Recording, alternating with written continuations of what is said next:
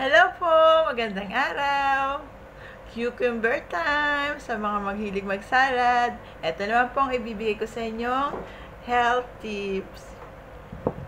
Actually, hindi talaga health tips ang aking mga inaano eh. Para na akong doktor nito ha. Alam niyo po, maganda pala ito sa katawan. Pero, sana po malaman din natin na may mga side effects din po ito.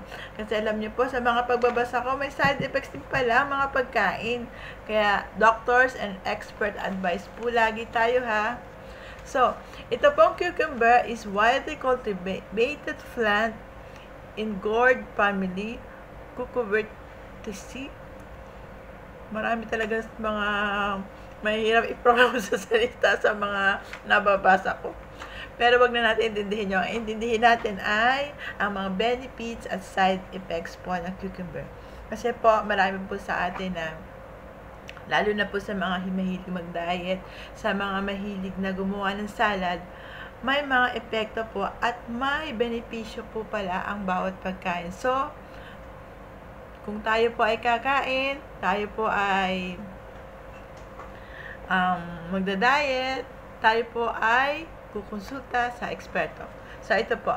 Ang cucumber po pala ay high in nutrients, low calories, high in many important vitamins and minerals. So, kaya po pala maganda ang cucumber kasi marami po siyang vitamina, minerals, at sa mga nagda-diet ay low calorie. It contains antioxidants. Alam niyo naman po pag sinabing antioxidants, siya po ay malaki siya po ay pangontra sa free radicals na nag-trigger po sa mga brains, sa mga cells natin. Kasi po, pag ang cells po natin, sabi po nila, meron pong bad cells at mga good cells. Pag po na-trigger po sila, yung mga kalimitan po, yung mga cells po natin ay nagiging cancerous. So, ang pagkain po ng maraming pagkain na may antioxidants ay malaking tulong po sa atin. At cucumber ay isa po sa maraming antioxidants. It promotes hydrations. Pag po sinabing hydration, yung pong pag sa tubig, yung parang nagre-replace siya ng tubig sa atin. Kasi minsan po, hindi po tayo nakakainom ng tubig. Pero may mga dala po tayong ganito, okay lang din po. Para rin po tayong uminom ng tubig. Pero, mas maganda, iba pa rin ang tubig, di po ba? May aid in weight loss, may lower blood sugar, could promote regularity. So, yun po ibig sabihin ng regularity, ibig sabihin po ay na-maintain po niya yung pong health natin. And easy to add to your diet. So, yun nga po. Kaya po marami pong gumagawa nito ng salad. Pero, may epekto rin po pala sa inyo to. Kaya po, pakinggan nyo po ha. Ang cucumber po pala ay good source of fiber, particularly in the skin.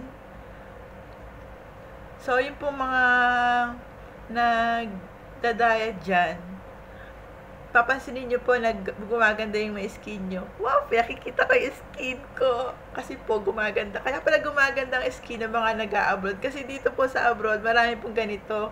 Ang mga tao dito mahilig kumain ng ganitong klase ng salad. So, tayo po ay nahawa natin. Kaya pala.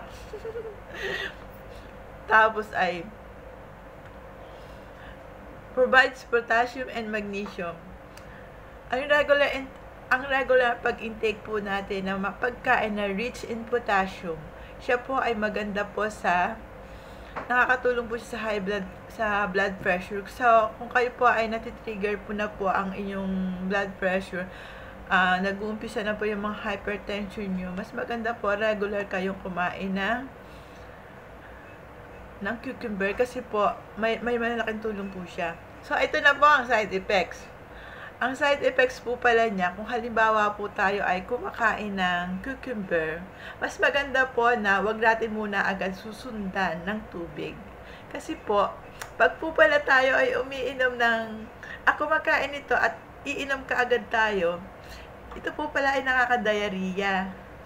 So, kung kayo po ay may nakaramdam kayo ng pagsakit ang tiyan, baka po ito yung nag-cause. Pero hindi naman din po ito malalang ano. Kumbaga, ito po kasi rich in water din. Kaya, sabi nga hydration.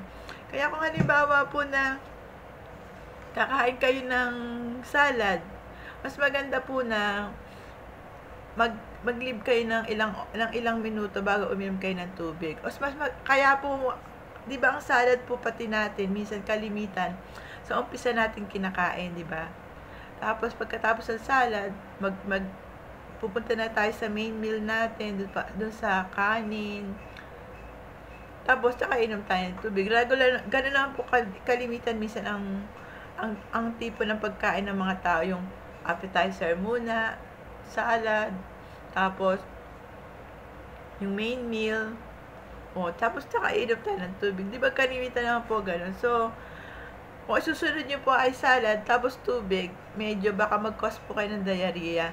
At saka nga po pala, mas okay po palang itong i-consume pagka-araw kesa po sa gabi. Kasi po, ito nga po ay madaming tubig. Baka po kayo ay sabihin nyo palagi na lang ako nag-iihi sa gabi. Kaya po mas magandang i-consume nyo ito sa araw. Kasi po ay para hindi po maistorbo ang pagtulog nyo. At ang lahat po ng pagkain na ipinapakita ko sa inyo ay itatanong niyo rin po sa doktor at sa mga eksperto. So, marami pong salamat at lagi po kayong kumain ito, lalo na po at sa araw nyo i-consume. Ito po ay maganda sa skin nyo, sa eyes, sa prevention of cancer. At may tulong din po ito sa immunity. So, yung mga kagaya natin na nagkakaedad na humihina na po ang immune system natin, mas maganda po na i-consume natin to.